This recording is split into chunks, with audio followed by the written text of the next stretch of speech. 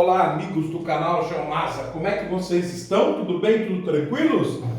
Viemos para mais uma edição do seu Jornal do Masa, onde nesta segunda-feira nós sempre temos uma análise acerca da coluna chamada Mensageiro Sideral do Salvador Nogueira, que é publicada na última página do caderno cotidiano chamado Folha Corrida e que atualmente, em função da crise da pandemia, o caderno cotidiano da Folha foi rebatizado como Saúde Coronavírus. Lembrando que a coluna foi publicada na Folha de São Paulo desta segunda-feira, dia 4 de maio de 2020, edição 33.269 do 100º ano de circulação do prestigioso jornal Folha de São Paulo. Bem, antes eu quero fazer uma observação. Vocês sabem que aqui no canal nós somos sempre muito transparentes e vocês notaram aí que houve uma queda muito significativa do número de inscritos. E isso, gente, tem que ver com o seguinte fato: nós estamos no momento onde a economia está em recessão, evidentemente, todos vocês sabem, e nós aqui, para podermos crescer, nós investimos um pouco de recurso, sobretudo da monetização do canal, numa agência de publicidade específica da cidade de Araçatuba, que ajuda na divulgação do canal. Isso é muito comum entre os canais. E sobretudo no meu caso, que tenho uma profissão definida, eu sou professor, viajo para trabalhar, inclusive, não vivo do canal. O canal ele me ajuda, claro, a ser conhecido, a ser divulgado, apesar que o número de inscritos que eu tenho não é, digamos, 70% do número de alunos que eu tive até hoje em 31 anos de carreira. Mas então o que acontece? Essas agências de publicidade, elas ligam o seu canal até um público específico. E eu pagava certinho, né, até o período da pandemia. Investia uma quantidade por mês para divulgar o canal. O que aconteceu é que, como em função da crise houve uma redução salarial, eu resolvi cortar esse investimento. Eu não invisto mais, evidentemente, na agência de publicidade. E a pessoa, ela reagiu mal a essa situação e começou a fazer uma campanha para desinscrever-se as pessoas que estavam inscritas do canal, como se eu tivesse boicotado a pessoa. Eu expliquei a situação, uma situação nova para todos, todo mundo está passando por isso, mas ela não compreendeu desta maneira. E ela age de uma maneira muito estranha, porque quando você contrata uma agência para fazer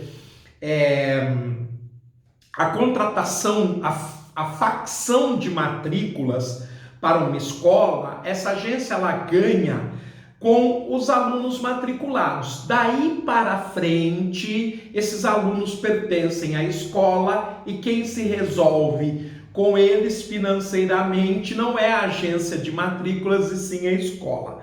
Mas o que eu posso fazer? O importante é dizer o seguinte: nós aqui estamos firmes e fortes, com 1 inscrito ou com 1 bilhão de inscritos.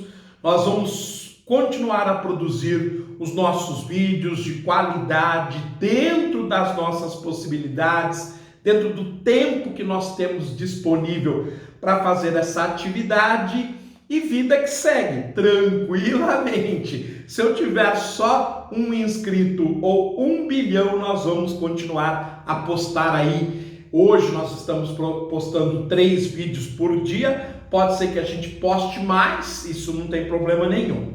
Mas é isso, gente. Depois desse esclarecimento, vocês perceberam que as coisas aqui são muito transparentes, sempre foram, né? Depois desse esclarecimento, nós vamos então para a coluna Mensageiro Sideral do Salvador Nogueira, desta segunda-feira, 4 de maio, publicada na página B16. Exercício de futurologia pós-Covid tem de passar pelo lado positivo da crise. Então, o que o Salvador Nogueira se propõe no artigo é ver o lado positivo da pós-pandemia, o que ninguém está conseguindo ver muito, só uma crise econômica muito forte. O que será da sociedade após a pandemia? Nós, inclusive, já fizemos uma série com 3 programas em que a gente respondia a esta pergunta, claro, segundo a pessoa que é responsável pelo artigo. E, claro, sempre comentando, discordando, dando os motivos, concordando, dando os motivos. Muitas das especulações flutuam entre o tragicômico e o surreal. Não teremos uma ditadura da epidemiologia. Quer dizer, que os nossos contatos sociais, contatos íntimos, eles voltarão a ser normais e nós não seremos uma sociedade permanentemente mascarada. Tampouco teremos um apocalipse zumbi. Em contraposição, ouso apostar no otimismo. Superada a atual crise, estaremos melhores do que entramos. E a vida inevitavelmente voltará ao normal. Eu concordo com o Salvador, talvez demore um pouco mais do que se espera, mas isso vai acontecer, tudo voltará ao normal, somente lamentaremos pelas pessoas que nós perdemos em função do contexto. Por que melhores? No legado da pandemia, podemos esperar que mais gente absorva a lição básica de enxergar a natureza pelo prisma da matemática. Uma sociedade que não sabe multiplicar para além do multiplicai-vos estará sempre em sérios apuros. O que o Salvador toca aqui é que não dá para tocar o mundo com esse capitalismo desenfreado, concentrador de renda que nós vimos até agora.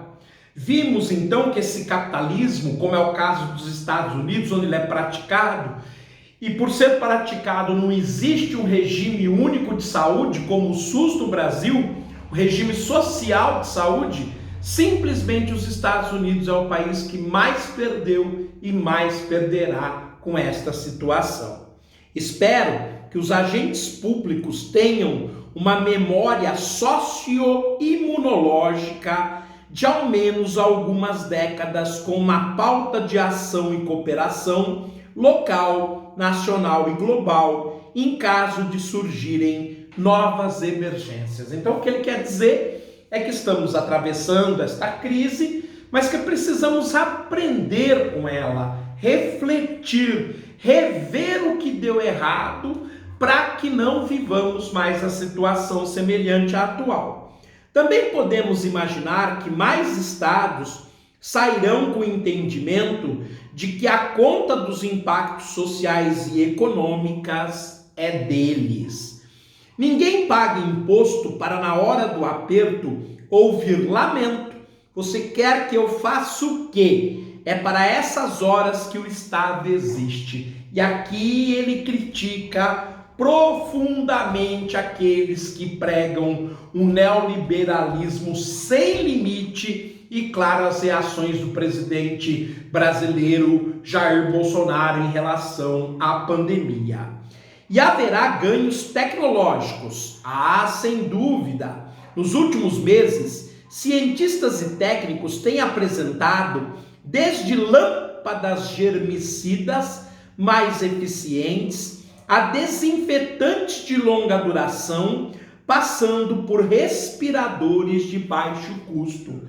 Então a pandemia, a mortalidade, o número milionário de contaminados e miliardário de mortos fez com que cientistas às vezes prestigiados em suas áreas se debruçassem sobre situações mais práticas e contribuísse de forma significativa para a evolução dessa situação no sentido de resolvê-la. Eram todas tecnologias de prioridade baixa ou nula antes da crise. Embora agora sejam apenas paliativos leves, devem ajudar muita gente no futuro. Isso para não falar em vacinas. Sim, estou otimista de que uma vacina para o novo coronavírus seja possível e esteja a caminho. Até o fim do ano, não seria impensável, apesar de a maioria dos agentes de saúde manter o discurso tradicional de que será preciso de 18 a 24 meses, na melhor das hipóteses, para que essa vacina apareça, se porventura ela aparecer. Por exemplo, brigamos com a AIDS desde 1983, quando ela chamava-se câncer gay, e até hoje nós não inventamos a tal vacina. O que nós fazemos é tratar, após o sujeito ser contaminado, tratar aquilo que ela apresenta como grau de doença. Ninguém pode culpá-los. Antes de entrarmos no modo pressa, essa seria de fato a perspectiva otimista.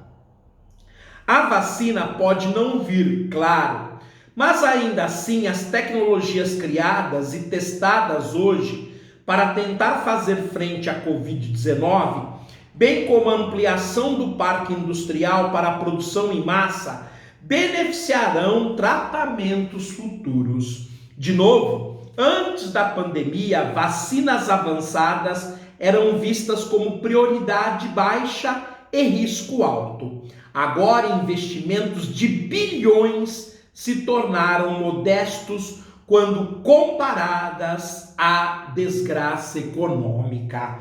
Então, antes da crise se regulava cada centavo para o desenvolvimento de novos medicamentos e pesquisa. Agora, bilhões são injetados, são investidos e as pessoas acham pouco frente aos trilhões que se perderão neste período delicado. Imagine uma economia como a dos Estados Unidos, de 20 trilhões de dólares, ter uma perda num ano de 5%. Significa 1 trilhão de dólares ou quase 6 trilhões de reais, que é simplesmente metade do PIB brasileiro. A relação custo-benefício se transformou muito em benefício da medicina do futuro. Dizem que a necessidade é a mãe da invenção. É mesmo. Sairemos da pandemia melhores do que entramos, mais solidários, mais maduros e mais preparados para a volta à normalidade. Não só porque isso é que é humano, mas porque, de novo, nós temos que reconstruir a nossa história, conquistar o nosso espaço e normalizarmos em função de tudo que estamos passando. Mas também pela dívida que teremos com quem não concluirá conosco a travessia, que são, infelizmente, aquelas pessoas que faleceram.